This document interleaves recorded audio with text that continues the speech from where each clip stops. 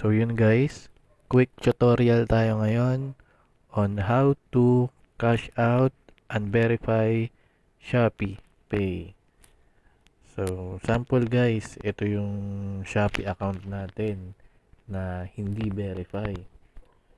So ayan, makikita nyo yung balance natin. Meron tayong 1 peso Shopee Pay. So paano nga ba natin siya may cash out? So sample guys, ito yung Shopee Pay natin. So, ayan, nakalagay, please upgrade your identification. So, kailangan mo po dyan magpasa nung valid ID.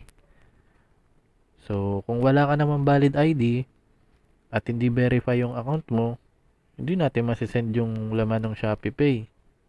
So, sample guys, ito isasend natin yung Shopee Pay balance natin. So, sample, send natin sa GCash. So, send to other e-wallet.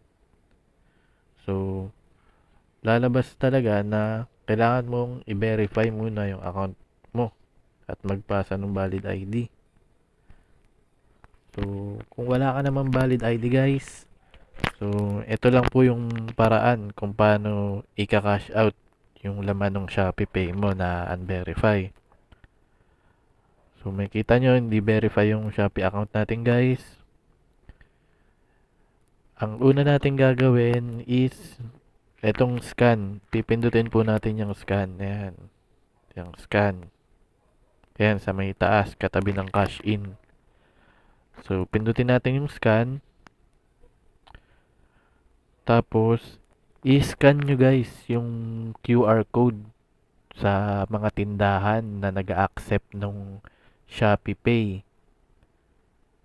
So, doon, pwede nyo i-cash out yung laman ng Shopee Pay nyo through scan QR code. So, guys, double check nyo lang ha. Kailangan yung mga tindahan na nag-accept nung Shopee Pay, meron silang QR code niyan. So, kung wala naman kayong tindahan na makita na nag-accept ng Shopee Pay payment, pwede naman guys dito sa may tindahan namin pumunta kayo. So, ganito lang po ang gagawin natin. So, pindutin po natin tong scan. Tapos, eto guys, pakita ko sa inyo yung QR code ng tindahan namin. So, ito, scan. So, ito guys, meron kaming QR code ng Shopee Pay. Ayan. So, sample guys, meron kayong 1 peso balance sa unverified account nyo sa Shopee. So, sample piso. Then, lagay nyo lang sa amount kung magkano. Then, next. Ayan. Lalabas na yung wallet balance natin. Kung magkano yung i-scan natin. So, ako, sample muna.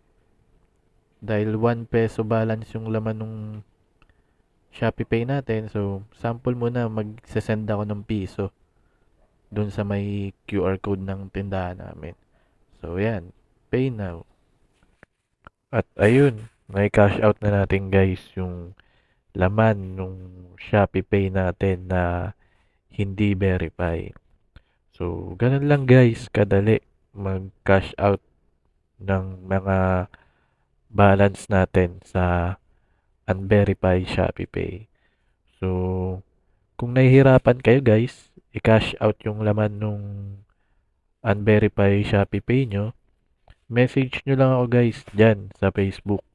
Mag-iiwan ako ng link dyan sa description ng video at dyan sa comment. Iwan ko yung link nung Facebook account ko. Message nyo ako dyan guys. Tutulungan ko kayong i-cash out yung laman nung unverified Shopee Pay nyo. Or pwede kayo pumunta dito sa tindahan namin para makasigurado kayo. Ang dami na kasing scam ngayon sa online. So, para makasigurado guys, pwede naman kayong pumunta dito sa tindahan namin. So, kakash out natin yan. Tapos, bibigay ko sa inyo yung na-cash out nyo. So, hanggang dito na lang guys. Sana na tulungan ko kayo kung paano mag-cash out nung Unverify Shopee Pay. So, salamat sa panonood. Sana naintindihan nyo.